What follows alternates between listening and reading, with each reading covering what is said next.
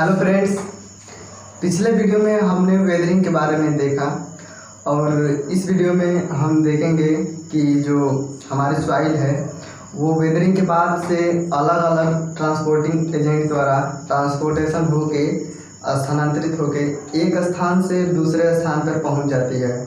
तो जो हमारी सॉइल है तो वो इसमें देखेंगे कि किस एजेंट द्वारा ट्रांसपोर्ट होके और किस जो कहीं अगर चली जाती है तो वो किस एजेंट द्वारा ट्रांसपोर्ट हो रही है सॉइल, तो उसका क्या नाम दिया जाता है। ठीक है, तो हम वो देखने से पहले सबसे पहले दो टर्म हैं देख लेते हैं। एक है पेडोजेनेसिस और दूसरा है लिथिफिकेशन। ये वाला जो दोनों शब्द हैं, ये जो जूनियर इंजीनियर के एग्ज़ाम है या अगर आप एंट्रेंस एग्ज़ाम देंगे कोई, तो हो सकता है कि उसमें पूछा जाए। तो कई बार ये जो है दोनों टर्म पूछे गए हैं, तो इसलिए मैंने लिखा है। पेडोजेनेसिस का मतलब क्या है? The process of formation of soil, जो मिट्टी सॉइल मृदा बनने की जो प्रोसेस है, प्रक्रिया है। प्रोसेस का मतलब होता है प्रक्रिया, तो उसको ही पेडोजेनेसिस कहते हैं। ठीक है, और दूसरा है लिथिफिकेशन। और लिथिफिकेशन ये है कि the process of formation of rock, तो जो चट्टान बनने की जो प्रोसेस है उसको जो है लिथिफिकेशन बोलते हैं। ठीक है, the process of formation of rock. तो क्या होता है कि जब सॉइल ट्रांसपोर्ट होके हमारे समुद्र में चली जाती है, तो वहाँ पे कल बताया था कि अधिक वाटर के प्रेशर के कारण धीरे धीरे वो सेडिमेंट्री रॉक में जो है चेंज जाती है, तो इसको ही लिथिफिकेशन बोलते हैं। ठीक है, सीधा ऐसे ही आएगा lithification, the process of formation of rock.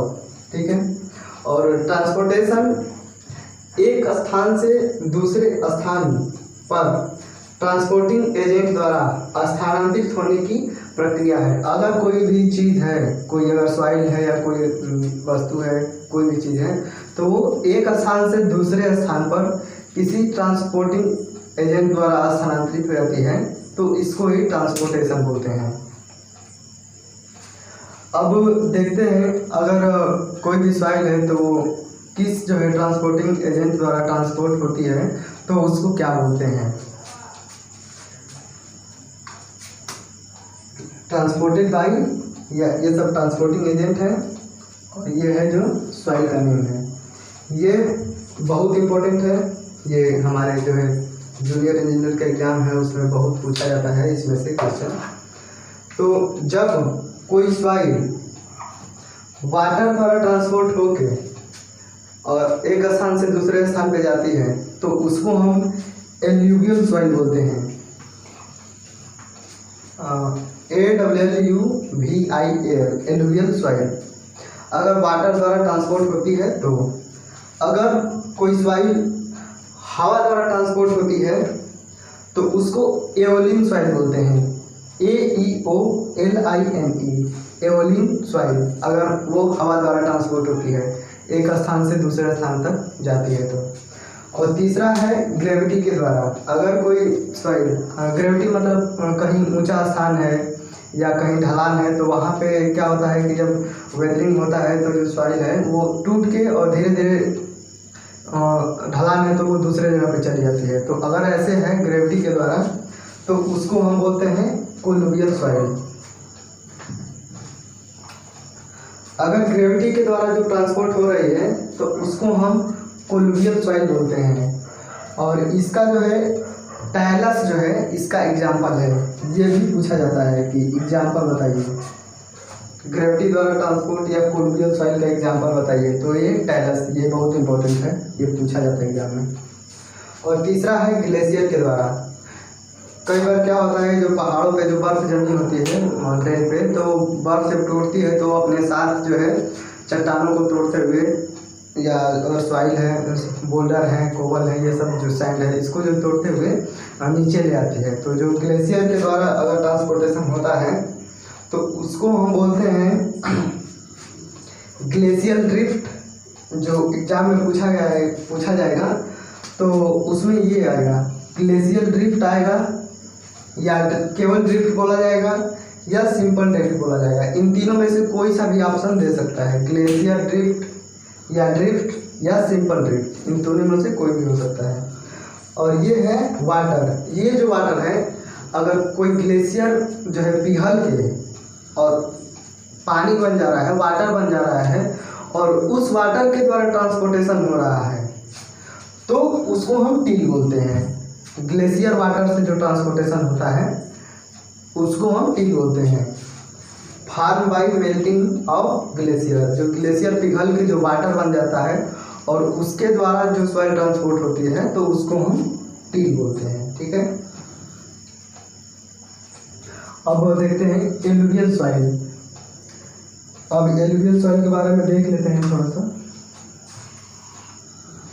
इसका जो है ट्रांसपोर्टेशन जो है वाटर द्वारा होता है, ये तो हम ये देख लिए यहाँ पे।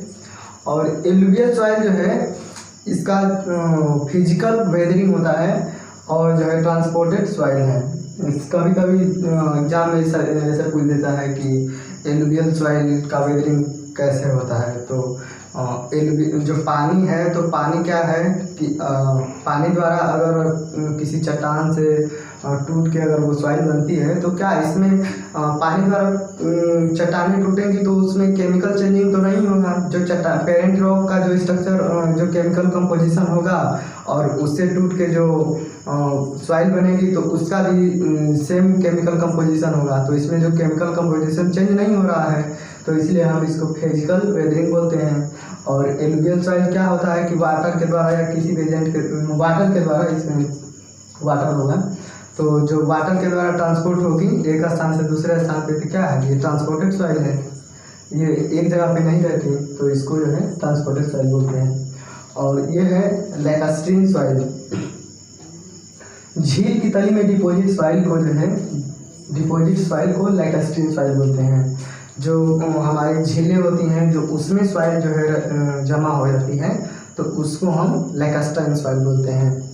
और ये भी फिजिकल वेदरिंग के अंतर्गत आता है, और इसको जो है हम रेसिडुअल सॉइल के अंतर्गत लेते हैं। क्यों रेसिडुअल सॉइल के अंतर्गत ले रहे हैं कि ऐसा माना जाता है कि जो झील है उसमें पानी का बहाव नहीं होता, वो स्थिर रहती है, शायद ऐसा कुछ। तो इस वजह से रेसिडुअल सॉइल में इसको लेते हैं। कई बार एग्जाम में ऐसे पूछ देता है लैकास्ट्रीन सॉइल जो है ट्रांसपोर्टेड सॉइल है या रेसिडुअल सॉइल है, तो इसको हम रेसिडुअल सॉइल बोलेंगे। ठीक है,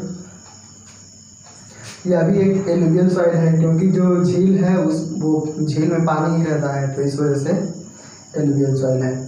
मरीन सॉइल, समुद्र की तली में कणों के सेडिमेंट होने से बनी सॉइल को मरीन सॉइल कहते हैं। अगर समुद्र में जो है डिपॉजिट हो रहे हैं जो कण, और उनसे जो सॉइल बनती है, उसको हम मरीन सॉइल बोलते हैं। सेडिमेंट, सेडिमेंट का मतलब होता है अवसादित होना। सेडिमेंट का मतलब होता है अवसादित होना।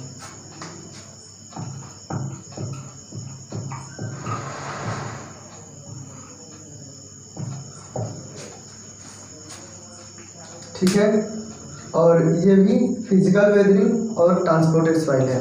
एक स्थान से दूसरे स्थान पे जाती है और समुद्र पे जाके जमा हो जाती है, तो इस वजह से इसको ट्रांसपोर्टेड सॉइल कहते हैं। और ये भी एलुवियल सॉइल के अंतर्गत आती है। ठीक है, और अगले वाले वीडियो में हम देखेंगे, इतना हो गया।